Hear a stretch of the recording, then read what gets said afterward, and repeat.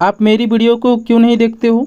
आपको मेरी वीडियो को पूरा देखना चाहिए, क्योंकि मैं अपनी वीडियो में बेहतर जानकारी शेयर करता हूं, जो आईएएस पीसीएस के लिए इम्पोर्टेंट है, जो आपके लिए इम्पोर्टेंट है। आप तैयारी कर रहे हैं या नहीं कर रहे हैं वो अलग बात है। अगर आप इन वीडियो को देखेंगे तो आपको बेहतरीन जानकारी मिलेगी। आपको पता चलेगा कि कितनी तरक्की हो रही है देश की, कौन कौन सी नई खोज हो रही है, देश में क्या हो रहा है, आपको पूरी जानकारी मिलेगी। आप इस वीडियो को पूरा देखिए और अपने दोस्तों के साथ शेयर कीजिए। अगर वीडियो पसंद आती है तो मुझे कमेंट बॉक्स में बताया कीजिए, नहीं आती है तो भी बताया कीजिए। हमें पता चलेगा ना कि हम वीडियो बनाएं या ना बनाएं। हम आपको देखने के लिए वीडियो बनाते हैं, आप वीडियो देखते नहीं हो। आपसे अपील है हाथ जोड़कर आप इस वीडियो को पूरा देखिए। पृथ्वी के लिए सबसे अच्छी खबर है, एक बैक्टीरिया की खोज की गई है जो मीथेन को खाता है। मीथेन घातक है हमारे लिए, वही मीथेन गैस जो धान की फसल से निकलता है। पूरी जानकारी शेयर कर रहा हूँ, आप स्टेप बाय स्टेप समझिए ध्यानपूर्वक। चलिए शुरू करते हैं, ध्यान समझेंगे। एक अध्ययन से क्या पता चला है? एक वैज्ञानिकों ने एक अध्ययन से क्या पता किया है कि एक बैक्टीरिया है जो मीथेन को खाता है। और आपको मैं बता दूं, ये जो मीथेन है ये ग्लोबल वार्मिंग बढ़ाता है। मतलब पृथ्वी की जो तापमान है, पृथ्वी का जो ताप है उसे बढ़ाता है। हमारी जो पृथ्वी है दिन प्रतिदिन गर्म हो रही है। अगर इसी तरह पृथ्वी गर्म होती रही तो हमारा जीवन समाप्त हो जाएगा, हम सबका जीवन समाप्त हो जाएगा।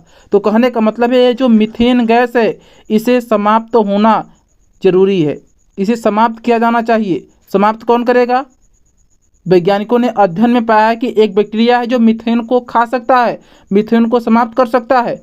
जब मीथेन समाप्त हो जाएगा तो जो हमारी पृथ्वी है जो धीरे धीरे गर्म हो रही है, गर्म नहीं होगी। डिटेल में देखिए, हाल ही में general proceedings of the national academy of sciences में प्रकाशित एक अध्ययन से पता चला है कि जीवाणु का एक प्रकार जिसे मिथाइलो 2 माइक्रोबियम ब्यूरेटेंस 5GB1C के नाम से जाना जाता है, लैंडफिल, धान के खेतों और तेल तथा गैस के कुओं जैसे प्रमुख उत्सर्जन स्थलों से मीथेन को कम करने में मदद कर सकता है। यानी कि एक अध्ययन से पता चला है कि एक जीवाणु है, एक जीवाणु का प्रकार है जिसका नाम है मिथाइलो 2 माइक्रोबियम ब्यूरेटेंस 5GB1C।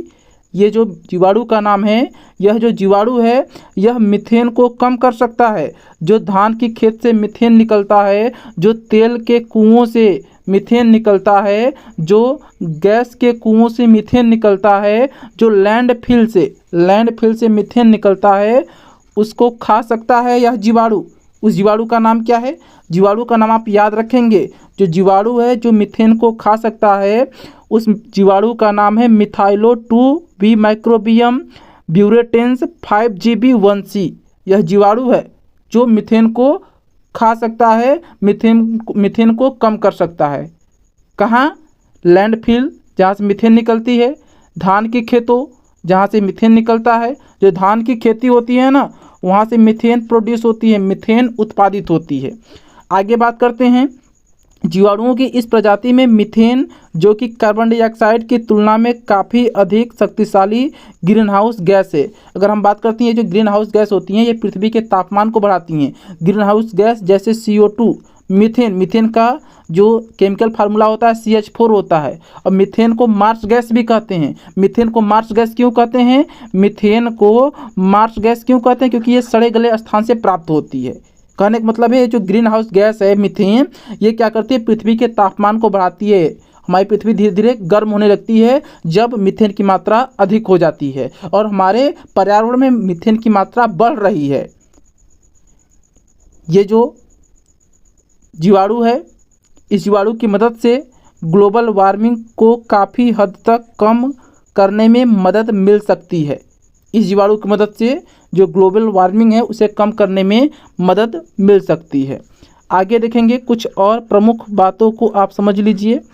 ये जो जीवाणु है मिथाइलो 2 माइक्रोबियम ब्यूरेटेंस 5GB1C, ये मीथेन का सेवन करती है। यह जो जीवाणु है जो नई जीवाणु की खोज की गई है, यह जो मीथेन गैस है उसका सेवन करती है। ये बात आपको समझ में आ गया।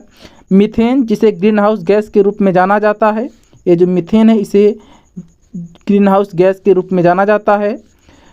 कुल ग्लोबल वार्मिंग में योगदान लगभग 30% है। अगर हम ग्लोबल वार्मिंग की बात करते हैं, जो हमारी पृथ्वी धीरे धीरे गर्म हो रही है उसे ग्लोबल वार्मिंग कहते हैं। अगर हम ग्लोबल वार्मिंग की बात करते हैं तो ग्लोबल वार्मिंग में 30% भूमिका होती है। किसकी? 30% भूमिका होती है मीथेन की। मीथेन की भूमिका 30% होती है। यदि 20 वर्ष की अवधि में देखें तो हम पाएंगे कि यह कार्बन डाइऑक्साइड की तुलना में 85 गुना अधिक शक्तिशाली है। यानी कि ये जो मीथेन है ये कार्बन डाइऑक्साइड गैस की तुलना में अधिक शक्तिशाली है। बैक्टीरिया की 200 ppm जैसी कम सांद्रता पर मीथेन का उपभोग करने की क्षमता इसे मीथेन हटाने की तकनीक के लिए सहायक बनाती है। यानी कि जो बैक्टीरिया है ये मीथेन को कम करता है। सिंपल सी बात है। आगे अन्य बातों को भी आप ध्यानपूर्वक समझिए। आखिरी में एक बात सुनकर आपको खुशी की अनुभूति होगी। आप ध्यान समझिएगा। ये जो मीथेन है ये पृथ्वी को गर्म कर रहा है। इतनी बात तो आपको समझ में आ गई। तो एक जीवाणु की खोज की गई है। वह जो जीवाणु है मीथेन को कम कर सकता है, मीथेन को समाप्त कर सकता है, मीथेन को खा सकता है। समझिए, ये जो जीवाणु है मीथेन को खा सकता है और ये जो जीवाणु है मीथेन को खाने के बाद जो उत्पाद प्रोड्यूस करेगा, जैसे भैंस चारा खाती है तो गोबर देती है, वैसे ही जीवाणु मीथेन को समाप्त करेगा, मीथेन को खाएगा। उसके बाद जो उत्पाद प्राप्त होगा ना, उसका उपयोग खाद के रूप में कर सकते हैं, उसका उपयोग फीड के रूप में कर सकते हैं। आगे हम डिटेल में बताएंगे। पहले ये देखिए, जो ग्लोबल वार्मिंग है वैश्विक तापमान पर संभावित प्रभाव, यानी कि जो मीथेन जीवाणु है जिसकी खोज की गई है इसका क्या प्रभाव पड़ेगा ग्लोबल वार्मिंग पर।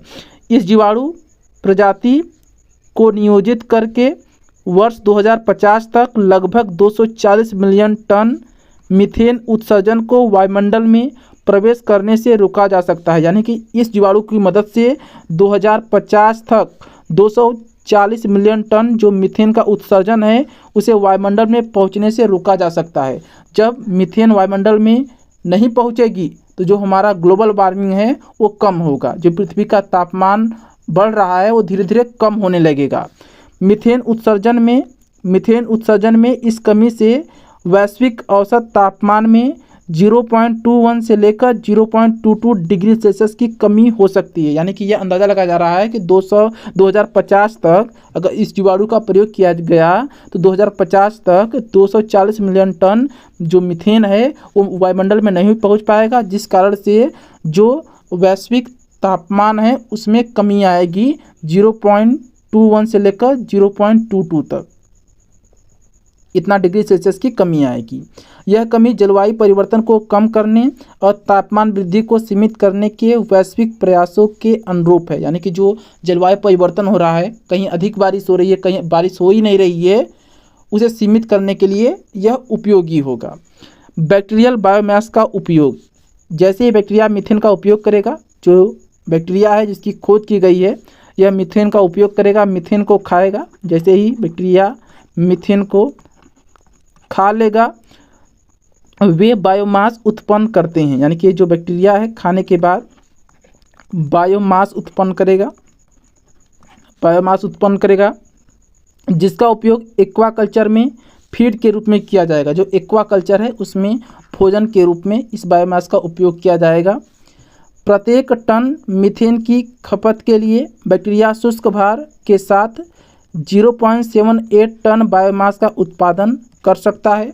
इस बायोमास का आर्थिक मूल्य लगभग 1600 अमेरिकी डॉलर प्रति टन होने का अनुमान है। जैसे 2000 कुंटल धान बिकता है, वैसे ही समझिएगा जो 1600 अमेरिकी डॉलर है, 1600 अमेरिकी डॉलर है प्रति टन यह बायोमास मार्केट में बिकेगा। यानी कि मीथेन कटौती प्रक्रिया के अतिरिक्त लाभ प्रदान करेगा यह बैक्टीरिया, मतलब मीथेन को कम करेगा, साथ में प्रति टन $1600 भी आपको देगा। प्रति टन कहने का मतलब है जो इसका बायोमास है वो $1600 प्रति टन बिकेगा, क्योंकि इस बायोमास का प्रयोग किया जाएगा एक्वाकल्चर में। समझ में आ गया? यानी कि मीथेन को यह बैक्टीरिया कम भी करेगा और मीथेन को खाने के बाद जो बैक्टीरिया है वो बायोमास जो उत्पन्न करेगा, इस बायोमास का प्रयोग एक्वाकल्चर फीड में किया जाएगा और जो बायोमास है ये बिकेगा भी $1600 प्रति टन में, याद रखेंगे। आई होप आज की यह जो जानकारी आपको पसंद आई होगी। अगर नए हैं चैनल को प्लीज़ सब्सक्राइब करें, बेल आइकन को प्रेस करें